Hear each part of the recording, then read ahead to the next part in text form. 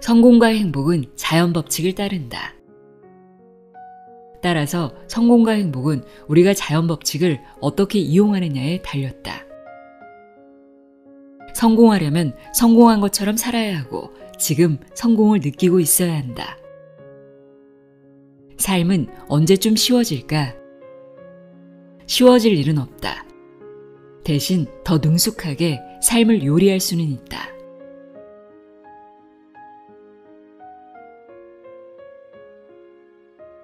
안녕하세요. 나의 소리책갈피 소리내어 읽다입니다. 삶이 어렵고 힘들게 느껴질 때가 있습니다. 도대체 내 삶은 언제쯤 쉬워질까 궁금하기도 하고 한 번뿐인 삶 이대로 살아도 괜찮은지 고민되는 순간도 찾아옵니다. 이럴 때 읽으면 인생의 방향을 잡는 데 도움이 되는 책입니다. 전 세계 60개 국가에서 수백만 부 이상 팔린 밀리언셀러입니다. 세계적인 동기부여 전문가이자 만화 예술가, 행복을 그리는 철학자라 불리는 앤드류 매튜스의 마음 가는 대로 해라입니다. 내용이 유쾌하고 쉽게 읽히지만 그 안에 날카로운 통찰이 담겨있는 결코 가볍지 않은 인생 지침서입니다. 마음을 어떻게 먹느냐에 따라 우리는 매 순간 교훈을 얻을 수 있다는 것과 긍정적인 사고방식이 어떻게 무의식을 결정짓는지, 내 마음을 어떻게 다뤄야 하는지에 대해 알려주는데요. 바로 써먹을 수 있는 마음 레시피들을 이해하기 쉽게 설명하고 있습니다. 그럼 지금부터 평소 알고 있는 것 같지만 알지 못했던, 깊게 깨닫지 못했던 인생의 진리들을 들려드립니다. 앤드류 매튜스의 마음 가는 대로 해라 내용의 일부를 읽어드립니다. 귀 기울여 들어보세요.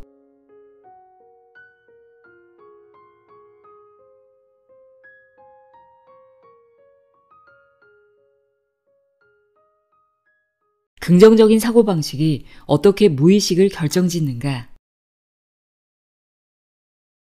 긍정적인 사고방식을 잘 이해하려면 무의식의 세계를 그려볼 필요가 있다. 뇌를 커다란 호두처럼 반으로 쪼갠다고 생각해보자. 위쪽 절반은 의식이 자리하고 흘러가는 생각들이 담겨있다. 아래쪽 절반은 무의식이 있고 호흡과 소화처럼 타고난 프로그램과 걷기와 말하기처럼 창조해낸 프로그램이 섞여있다. 운전을 배운다고 상상해보자. 모퉁이에 접근할 때마다 뇌 위쪽 부위에서 의식적으로 생각한다. 오른다리를 올려서 왼쪽으로 12cm 옮겨가 페달을 가볍게 눌러라. 이렇게 몇 달간 의식적인 생각을 이어나가다 보면 자동 프로그램이 생성되어 생각 없이도 브레이크를 밟게 된다. 브레이크 프로그램이 뇌의 아래쪽 부위, 즉 무의식 속에 장착한 것이다. 그래서 숙련된 운전자는 5시간 동안 운전을 해서 집에 와놓고 운전을 했는지도 모르겠어 라고 말할 수 있다. 일은 무의식이 다 했다.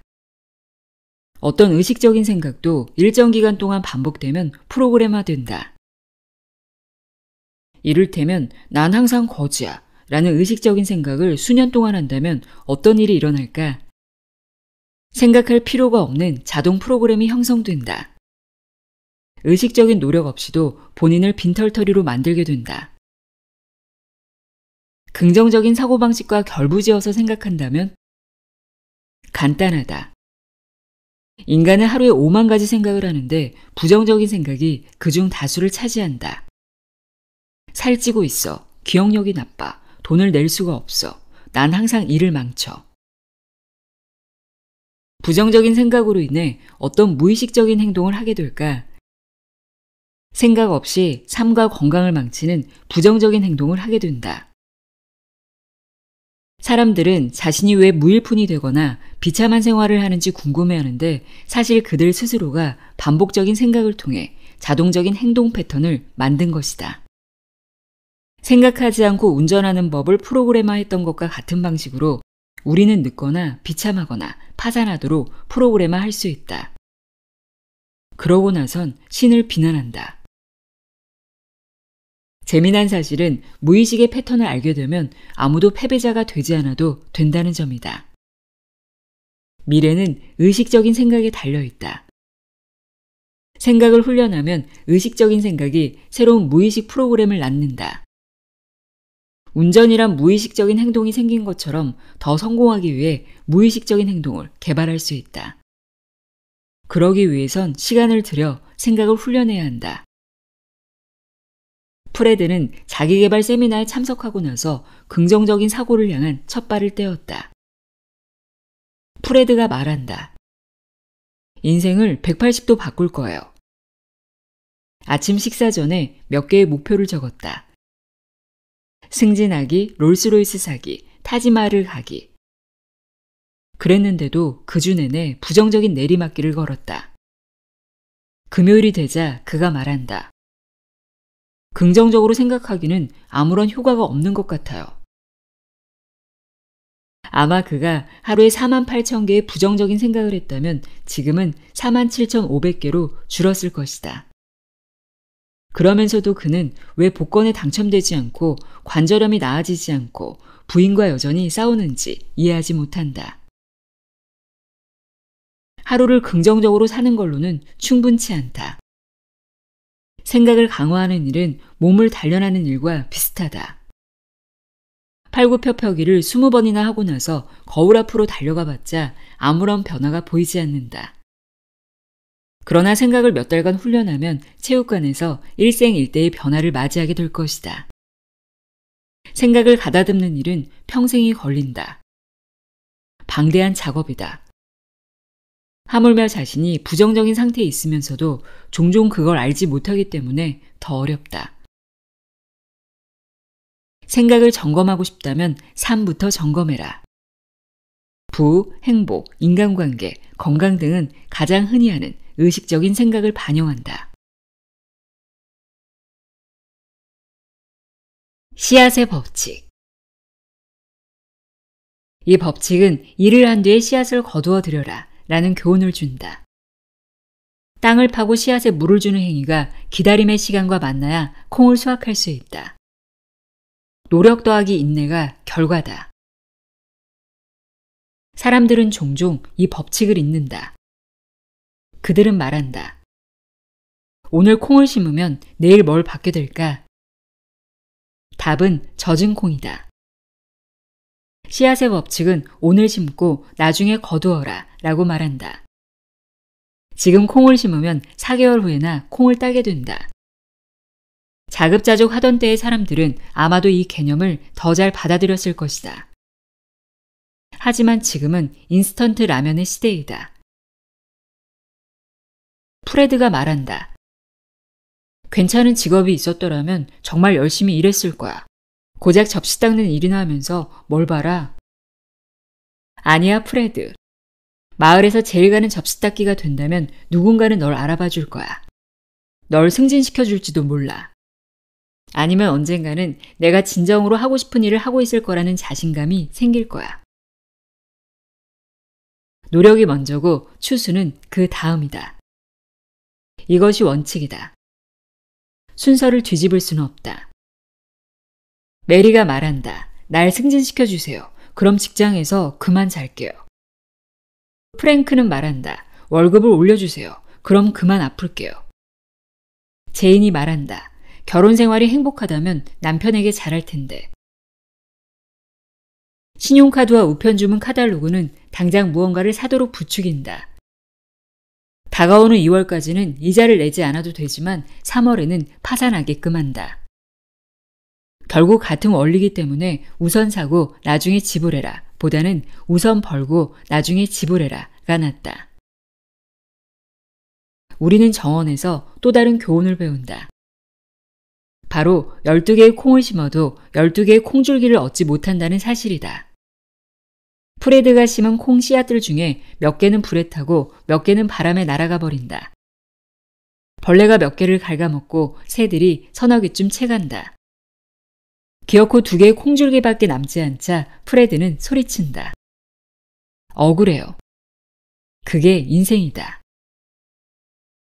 좋은 친구들을 사귀고 싶다면 많은 사람들에게 인사하는 것부터 시작해야 한다.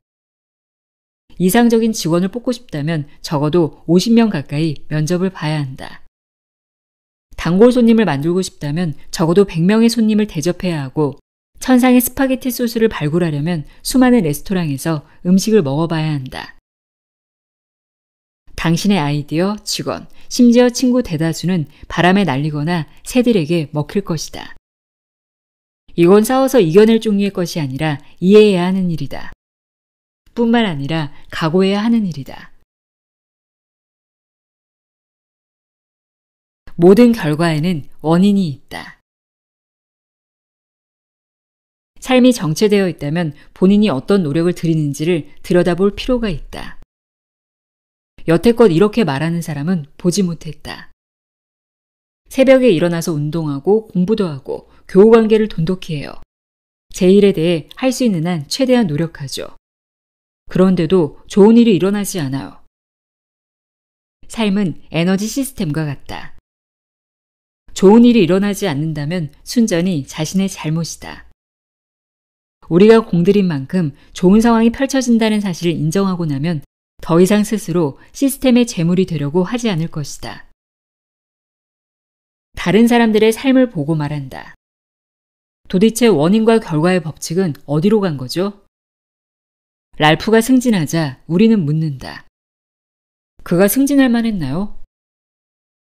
행복한 결혼 40주년을 축하하는 이웃을 보고 우리는 말한다. 어쩜 저리도 운이 좋지? 헷갈리겠지만 원인과 결과의 법칙은 모두에게 똑같이 작용한다. 우리는 우리가 구하는 대로 받게 된다. 브루스는 다이아몬드와 향수로 여자들을 사로잡는다. 그러다가 그들이 그를 차버렸을 때 그는 돈 때문에 이용당했다고 항변한다. 다이아몬드를 미끼로 썼으니 다이아몬드를 좋아하는 물고기를 낚는 게 당연하지 않은가? 뭐가 놀랄거리일까? 요약하자면, 솔직히 말하면 우리는 우리에게 일어난 모든 일을 나열할 수 있고 왜 그런 일들이 일어났는지도 알고 있다. 우주의 법칙이 이웃에게 적용되고 있는지 신경 쓰지 마라. 인과의 법칙이 우리의 인간관계와 성공, 실패에 작용하는지를 살펴라. 그래야 마음이 평온해질 것이다. 믿는 대로 된다. 어떤 믿음을 버려야 할까? 우리를 가난하게 하고 비참하게 만드는 모든 믿음을 버려야 한다. 도움이 되지 않는다면 지워버려라. 믿음이 틀렸다는 게 아니라 그것이 고통을 주기 때문이다. 우선 해야 한다는 단어가 들어간 믿음은 경계하자. 사람들은 호의를 돌려줘야 한다. 사람들이 나를 칭찬해야 한다. 내가 일을 잘하는 걸 남편이 알아줘야 한다. 사람들은 사랑을 돌려줘야 한다. 사람들은 좀 더 사려 깊어야 한다. 사람들은 감사할 줄 알아야 한다. 이런 해야 한다 목록은 합리적인 기대의 집합처럼 보인다. 그런데 만약 우리에게 어떤 믿음도 없다면 어떨까? 사람들이 동조하지 않고 호의를 돌려주지 않고 잘한 일을 알아주지 않고 사랑을 돌려주지 않아도 된다면 우리 삶이 어떻게 변할까? 그렇다고 해서 덜 존중받거나 덜 인정받지는 않는다. 사람들이 이런 일들을 하지 않아도 우리는 여전히 즐거울 수 있다. 현실은 해야 한다와 관계없이 움직이기 때문에 해야 한다는 믿음은 별로 도움이 되지 않는다. 현실은 그런 믿음과는 상관없이 흘러간다. 그렇다고 현실을 비난해봤자 언제나 현실이 이긴다. 믿음이 삶의 질을 결정한다. 예를 들어 아버지는 자식을 칭찬하고 선물도 많이 줘야 한다고 믿는다고 하자. 그런데 나의 아버지가 칭찬도 선물도 주지 않는다면 화가 나기 시작한다. 이윽고 아버지를 바꾸고 싶어진다. 이때 사람들은 자신의 믿음을 바꾸는 건 떠올리지 못한다. 당신은 말한다. 하지만 모든 사람들이 다 그렇게 믿는 것 아닌가요? 아니다. 누군가는 그렇게 믿지 않고 그로 인해 더 행복하다. 그들은 다른 사람들이 특정한 방식으로 행동하기를 기대하지 않는다. 하여 마음이 더 평온하다. 세상 일을 다르게 바라보기 위해선 의지력이나 자신감 또는 뇌수술이 필요하지 않다. 단지 용기를 가지고 익숙하지 않은 방식으로 생각해 보면 된다. 다음번에 화나는 일이 생기면 내가 화나는 건 내 믿음 때문이라는 것을 기억하자. 어떤 생각이 우리를 고통스럽게 할지라도 그건 생각일 뿐이다. 그리고 우리는 그 생각을 바꿀 수 있다.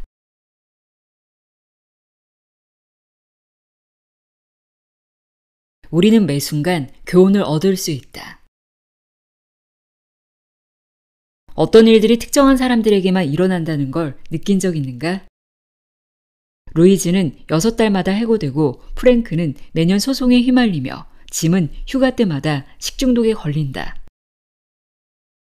또 어떤 일들은 특정한 사람들에게만 일어나지 않기도 한다. 짐은 한 번도 해고된 적이 없고 루이즈는 법원에 가보지 않았으며 프랭크는 병원에서 보낸 어떠한 엽서도 받아본 적이 없었다. 사람들은 저마다 다른 교훈을 배운다. 상황에 대처하는 3가지 말을 들어보자. 삶은 내게 필요한 교훈의 연속이야. 늘 알맞은 상황에 주어지지. 크나큰 마음의 평화를 보장하는 가장 건강한 사고방식이다. 삶은 일종의 복권이나 다름없지만 할 수 있는 한 가장 크게 성취해낼 거야.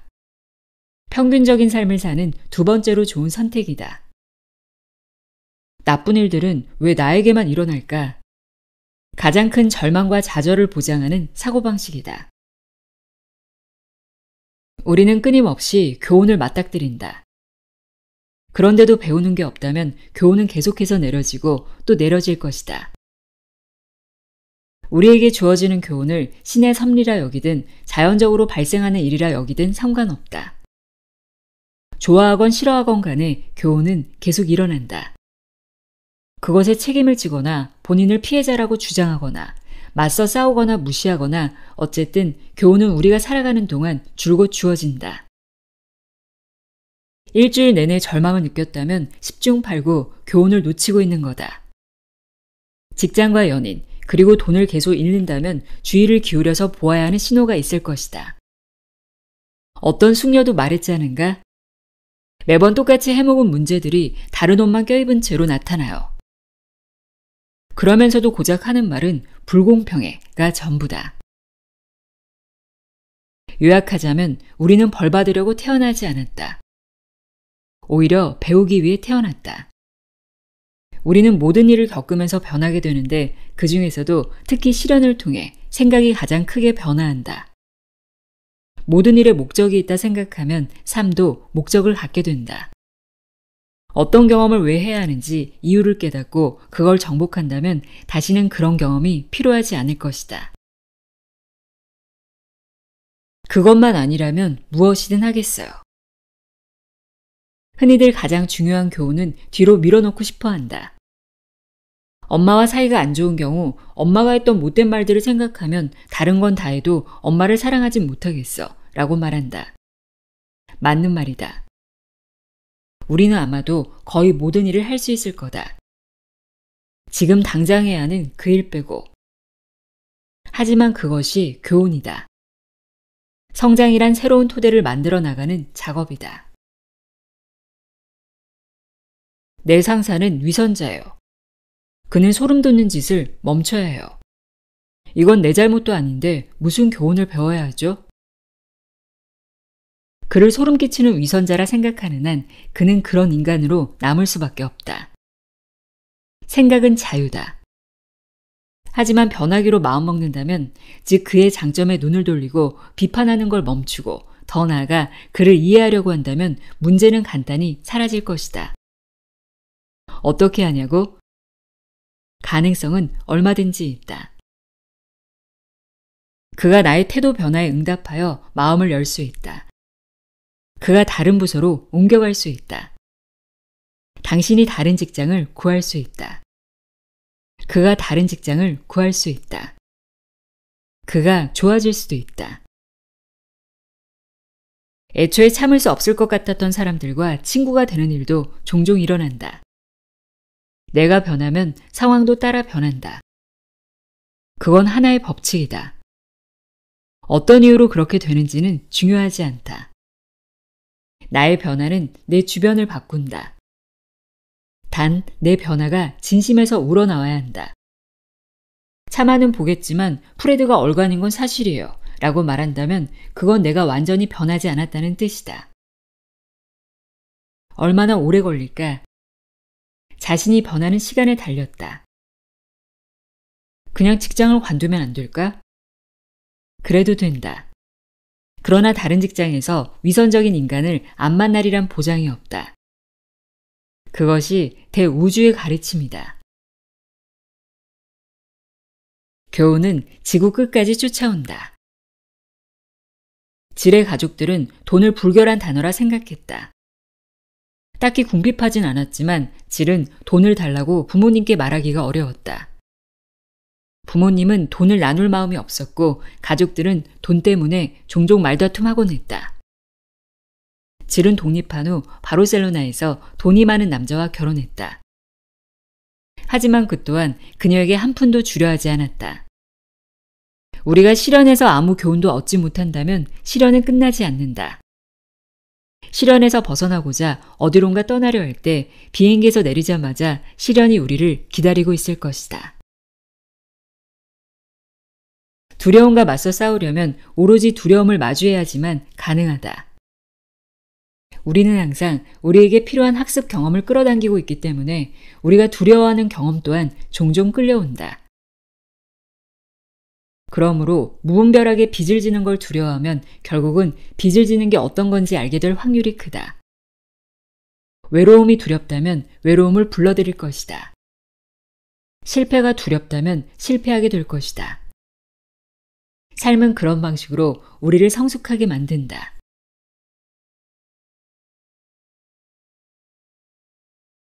삶은 배움의 장.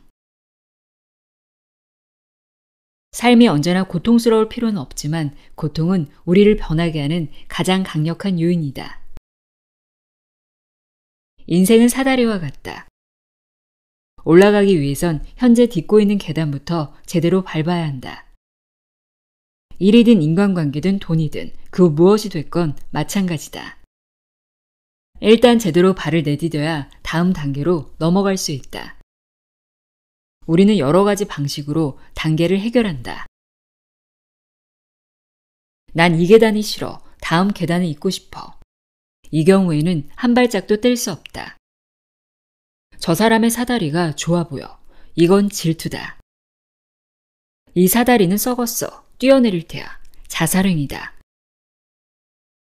공경에 빠졌다면 스스로에게 물어나 보자. 내가 어떤 계단을 밟지 않은 거지?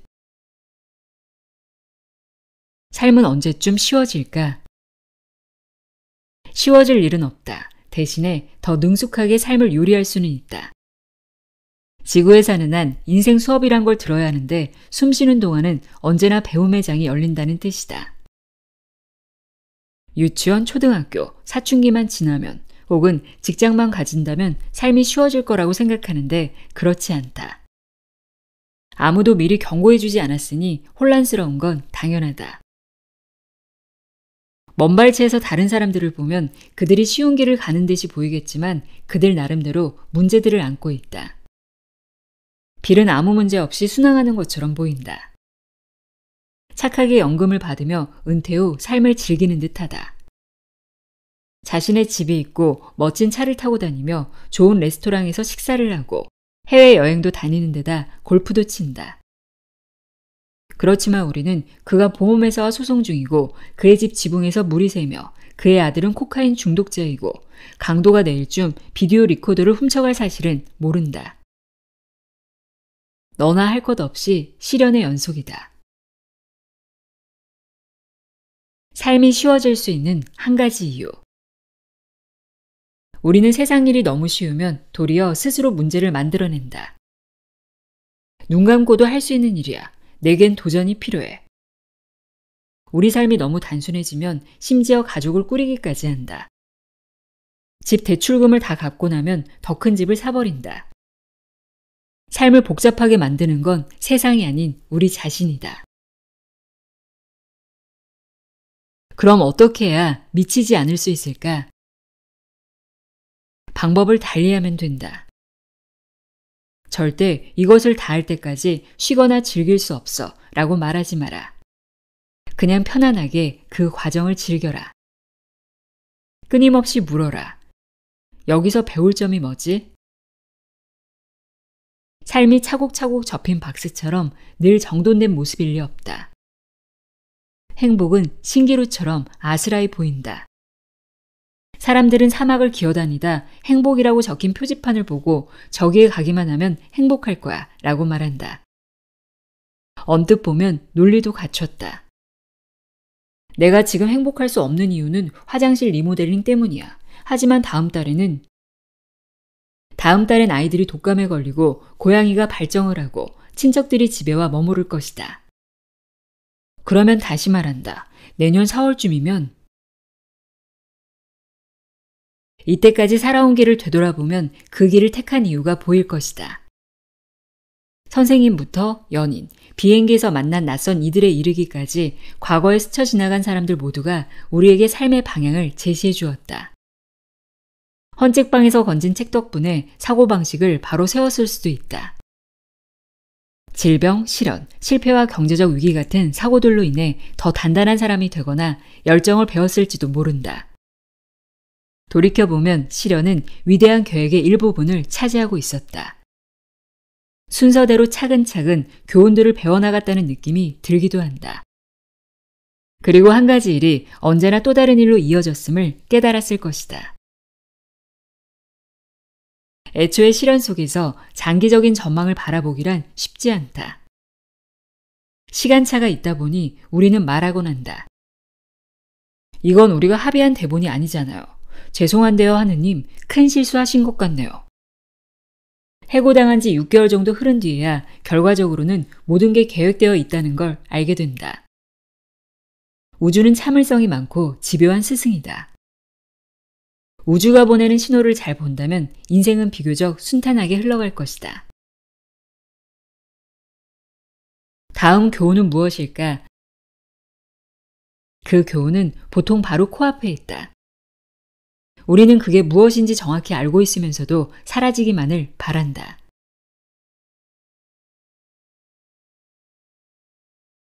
세상을 넓게 바라보는 방법. 17세기 이래 과학은 뉴턴식 접근법을 취해왔다. 즉 무언가를 이해하고 싶다면 잘게 부수어서 파편을 살펴야 했다. 그래도 이해가 되지 않는다면 더 잘게 부수어라. 분자에서 원자까지, 원자에서 전자까지, 전자에서 쿼크와 보존까지 샅샅이 훑다 보면 마침내 우주를 이해한다. 과연 그럴까? 워즈워스의 시를 전치사와 대명사로 나누고 낱말을 알파벳으로 나눠보자. 시를 더 많이 이해하게 됐는가? 모나리자를 분놀림대로 나누어 분석해봐라. 과학은 인간을 위해 놀라운 일을 해왔지만 그건 현상의 한 면일 뿐이다. 과학은 쪼갠다. 지능은 대상을 분해한다. 반면에 마음은 대상을 한데 합친다. 지식과 지능으로 답을 내기 어려운 문제들이 있다. 친구를 분석하다 보면 그들의 장점을 놓친다. 우주를 분해하고 분석하면 우주에서 나 자신이 분열된다. 반면 공감하면 큰 그림이 보이고 가깝게 느껴진다. 관심을 쏟으면 즉시 대상과 연결된다. 만물은 연결되어 있다. 무언가를 쪼갤수록 본질을 잃어버리는 것이다. 요약하자면 분석의 반대는 통합이다. 사물을 전체적으로, 몸과 인류를 전체적으로 보자. 그럼 건강해진다. 마이스터 에카르트는 이렇게 말했다. 평생 감사합니다 라고만 말해도 충분하다. 잠시 삶과 그 안에 사는 사람들을 판단하는 일을 멈추자. 내일 아침 일어나서 하느님, 알라, 대자연 정령, 여호와 등이라 불리는 우주적인 힘을 가진 존재에게 말해보자. 제게 삶과 가족과 집과 친구들과 아침을 그리고 내일을 주셔서 감사합니다. 그러면 보통 때보다 더 만족스럽지 않을까? 당신은 우리 가족을 못 봐서 그래요. 라고 말하기 전에 다음날 또 그 다음날에도 감사함을 느낄 수 있다고 상상해 보자. 더 평화롭지 않을까? 우리는 괜찮지 않다는 피드백을 들으면서 자란다. 그로 인해 가족과 연인, 차와 직업 또한 괜찮지 않다고 여긴다. 직장에서 존경받는다면, 메르세데스 벤츠가 있다면 하고 자신에게 없는 것에 집착한다. 그러니 마음의 평화가 달아날 수밖에. 매번 우리가 무언가에 감사할수록 마음이 평화로워진다. 감사합니다 라고 말할 때마다 지금 내가 가진 것과 있는 자리를 인정하고 배워야 할 걸 배우는 중이다 라고 다짐하게 된다. 마음의 평화는 우리가 가진 것에 집중할 때 온다. 자신의 삶을 받아들이면 모든 일이 어떻게 우리를 위해 봉사하는지 보일 것이다. 요약하자면 진정으로 마음의 평화를 원한다면 언젠가는 감사함이 필요하다는 걸 알게 될 것이다. 기억하자. 감사하고 싶다면 감사하는 마음을 가지고 깨어나라. 삶이 나아진 후에 감사해야지 라고 말한다면 결코 달라지지 않는다.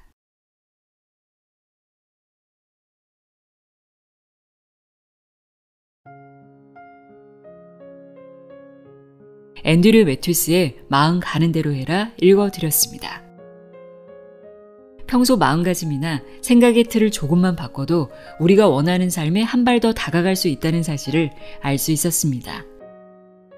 삶을 쉽게 만드는 것도 어렵게 만드는 것도 나 자신이라는 것 기억하셨으면 좋겠습니다.